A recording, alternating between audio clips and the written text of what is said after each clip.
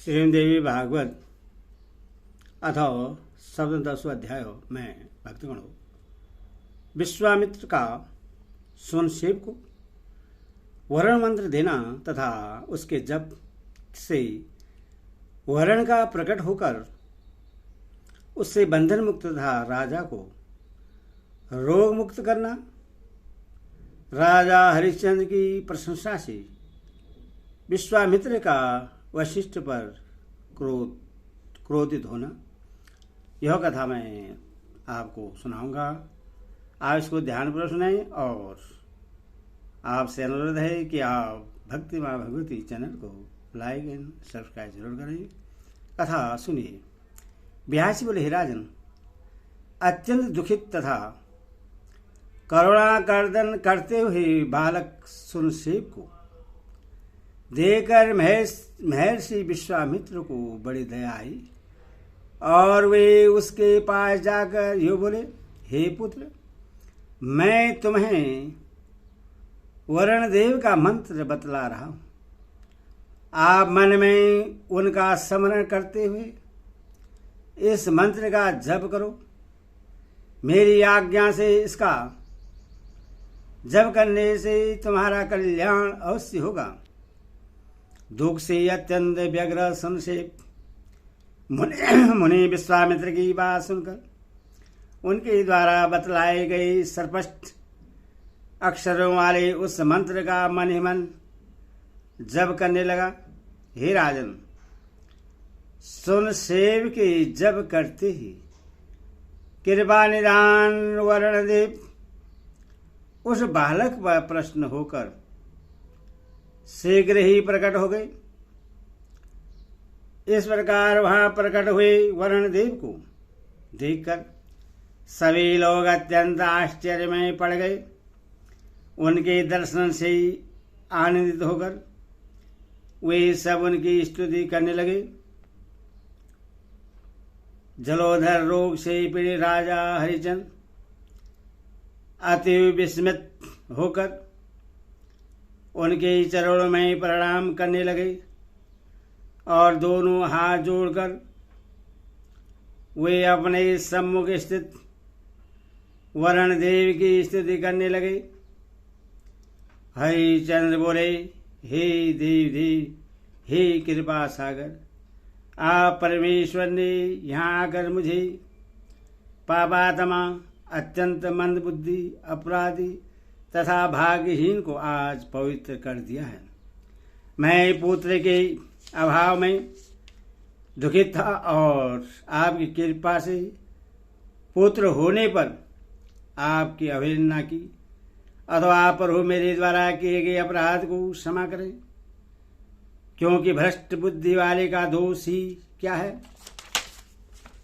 हे देव देव, स्वार्थपरायण व्यक्ति को अपने दोष का ज्ञान नहीं रहता, इसीलिए पुत्र पाने का स्वार्थी मैं अपना दोष नहीं देख सका और हे विभो, नरक में पड़ने के भय से आपको धोखा देता रहा।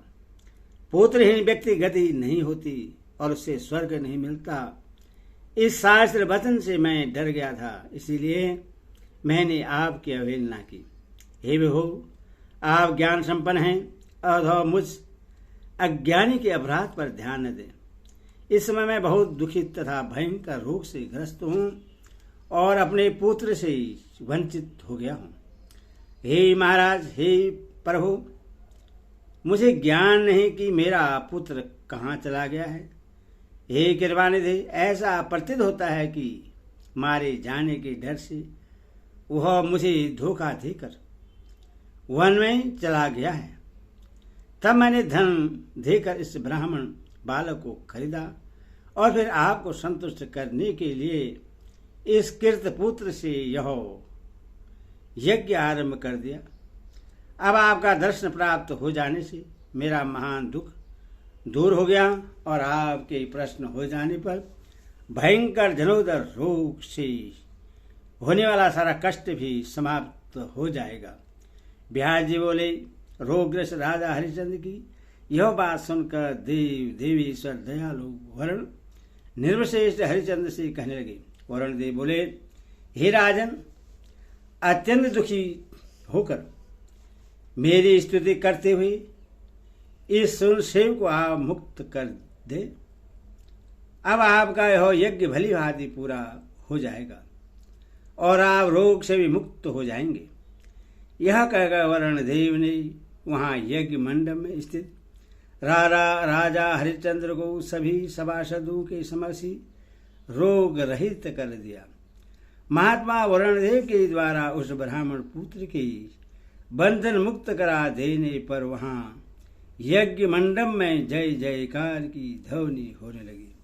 अत्यंत भीषण रोग से तत्काल मुक्त हो जाने पर राजा हरिश्चंद्र बहुत प्रसन्न हुए और सुनसेव भी यज्ञ स्तंभ से मुक्त होकर अत्यंत स्वस्थ चित्त हो गए। तत्पश्चात राजा हरिश्चंद्र ने अत्यंत विनम्रतापूर्वक इस यज्ञ को संपन्न किया। इसके बाद पुनः सुनसेव ने हाथ जोड़कर सभासदों से कहा, हे सभासदगण, आप लोग धर्मशास्त्र के पूर्ण ज्ञाता तथा यथार्थवादी हैं, अथवा आप लोग वेद शास्त्र अनुसार धर्म का निर्णय कीजिए। हे सर्वज्ञ ऋषिगण, अब मैं किसका पुत्र हुआ और आगे मेरा पिता कौन होगा? आप लोगों के वचनानुसार ही मैं उसी की शरण में जाऊंगा। सुनसेव के द्वारा यह वचन कहे जाने पर सभी सभासद आपस में परामर्श करने लगे। सभासद बोले, यह तो अजित घर का पुत्र है, तब यह अन्य किसका पुत्र हो सकता है? यह उसी के अंग से उत्पन्न हुआ है तथा उसी ने स्नेहपूर्वक इसका लालन पालन किया है, तो फिर यह अन्य किस व्यक्ति का पुत्र हो सकता है? हम लोगों का यही निर्णय है। यह निर्णय सुनकर महर्षि वामदेव ने उन सभासदों से कहा कि उस पिता ने धन के लोभ से अपने पुत्र को बेच दिया है, इसीलिए अब यह बालक धन देकर क्रय करने वाले राजा हरिश्चंद्र का पुत्र हुआ, इसमें शेष नहीं है। अथवा यह वरुण देव का पुत्र हुआ, क्योंकि इन्होंने ही इससे बंधन से मुक्त कराया है। अन्न प्रदान करने वाला, भय से बचाने वाला, विद्या का दान करने वाला, धन प्रदान करने वाला और जन्म देने वाला, ये 5 पिता कहे गए हैं। उस समय कुछ सभासदों ने उससे पिता अजिगर्त का पुत्र, कुछ सभासदों ने राजा हरिश्चंद्र का पुत्र और अन्य ने उससे वरुण देव का पुत्र बतलाया। इस प्रकार परस्पर बातचीत में वे किसी निर्णय पर नहीं पहुंचे। इसी तरह की संदेह की स्थिति उत्पन्न हो जाने पर सर्वथा सर्वपूजित महर्षि वशिष्ठ ने वहां परस्पर विवाद करते हुए सभासदों से यह बात कही, हे महाभाग, अब आप लोग मेरा वेदानुकूल निर्णय सुनिए। जिस समय इसके पिता अर्जगद ने स्नेह का त्याग करके इस बालक को बेच दिया था, उसी समय धन लेते ही अपने पुत्र से इसका संबंध समाप्त हो गया और यह राजा हरिश्चंद्र का कृत पुत्र हो गया। बाद में जब राजा ने यज्ञ के स्तंभ में इस बालक को बांध दिया, तब यह उनका भी पुत्र नहीं रहा। जब इसने वरुण देव की स्तुति की, तब उन्होंने प्रश्न होकर इससे बंधन मुक्त करा दिया। अतः हे महाभाग सभासदगण, यह वरुण देव का ही पुत्र नहीं हो सकता। इसका कारण यह है कि जब जो व्यक्ति महामंत्र के द्वारा जिस देवता की स्तुति करता है, तभी वह प्रसन्न होकर उस व्यक्ति की कामना के अनुसार उसे धन, प्राण, पशु, राज्य तथा मोक्ष प्रदान करता है। वास्तव में यह बालक मुनि विश्वामित्र का पुत्र हुआ, जिन्होंने विषम प्राण संकट के समय परम शक्तिशाली वर्ण मंत्र देकर इसकी रक्षा की है। ब्यास जी बोले, हे राजन, महर्षि वशिष्ठ की बात सुनकर सभासदों ने बहुत ठीक ऐसा कहकर उनका समर्थन कर दिया। तब मुनि विश्वामित्र प्रेम से पूरित हो उठे, हे पुत्र, अब तुम मेरे आश्रम में चलो। ऐसा कहकर उन्होंने उसका दाहिना हाथ पकड़ लिया। तब सुनसेब भी तुरंत उसके साथ शीघ्रतापूर्वक चल दिया और वरुण देव भी प्रशिक्षित होकर अपने लोक को चले गए। सभी ऋतुज और सभासद भी अपने अपने भवनों के लिए परिस्थित हो गए। राजा हरिश्चंद्र भी जलोदर रोग से मुक्त हो जाने से परम आनंदित हो गए। वे अत्यंत प्रसन्न मन से प्रजा पालन में तत्पर हो गए। इधर वरुण देव संबंधी सारा वृत्तांत सुनकर राजकुमार रोहित को बड़ी प्रसन्नता हुई और वे दुर्गम वनों तथा पर्वतों को पार करते हुए अपने राजमहल के पास आ पहुंचे। तब दूत ने राजा के पास जाकर उनके पुत्र के आ जाने की बात बताई। यह सुनते ही कौशलराज हरिश्चंद्र बहुत प्रसन्न हुए और शीघ्र उसके समीप पहुंच गए।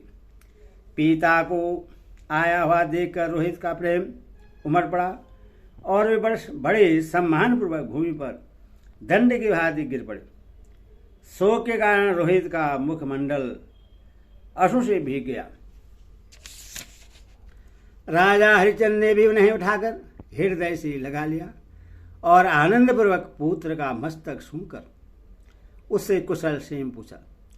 राजकुमार रोहित को गोद में बैठाकर हर्ष से परिपूर्ण पृथ्वीपति हरिश्चंद्र ने पैरमाति रे के कारण नेत्रों से गिरते हुए ओषण अश्रु से उनका अभिषेक कर दिया।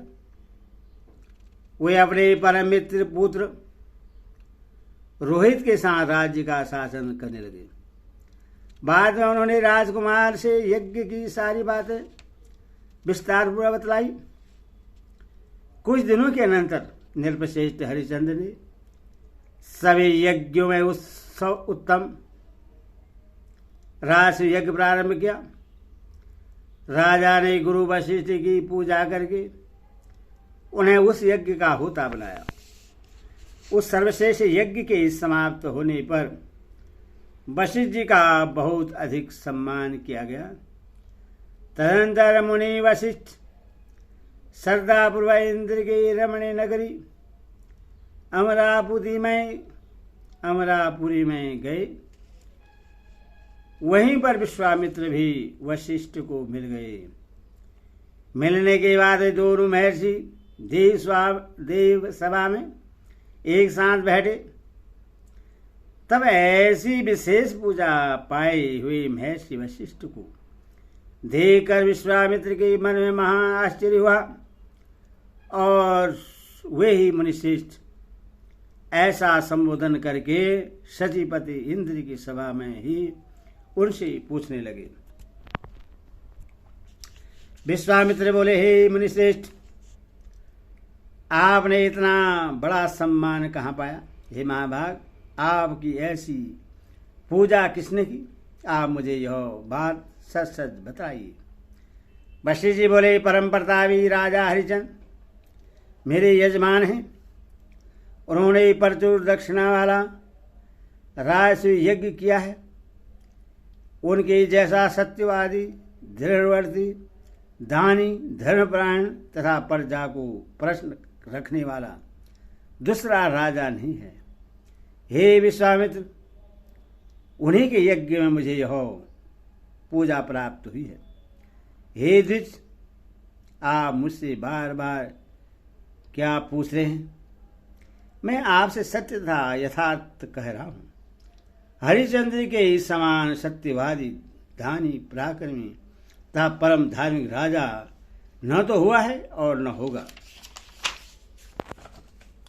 व्यास जी बोले, हे राजन, उनकी यह बात सुनकर विश्वामित्र जी बहुत कुपित हो उठे और क्रोध से आंखें लाल करके उनसे कहने लगे। विश्वामित्र बोले, आप ऐसे मिथ्याभाषी तथा कपटी राजा की प्रशंसा कर रहे हैं। जिसने पुत्र प्राप्ति का वर पाकर प्रतिज्ञा करके भी वरुण देव को बार बार धोखा दिया।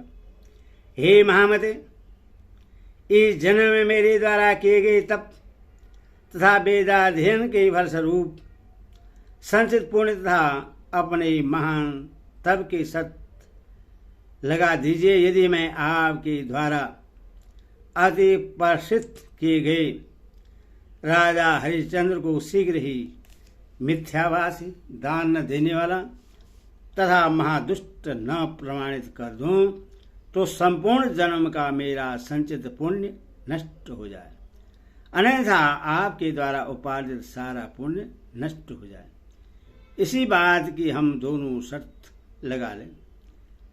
तब यह शर्त लगाकर अत्यधिक कुपित हुए दोनों मुनि परस्पर विवाद करते हुए स्वर्गलोक से अपने अपने आश्रम को लौट गए। एदेशरम देवी भागवत महापुराण षष्ठ दशम सप्तम स्कंधे वशिष्ठ विश्वामित्र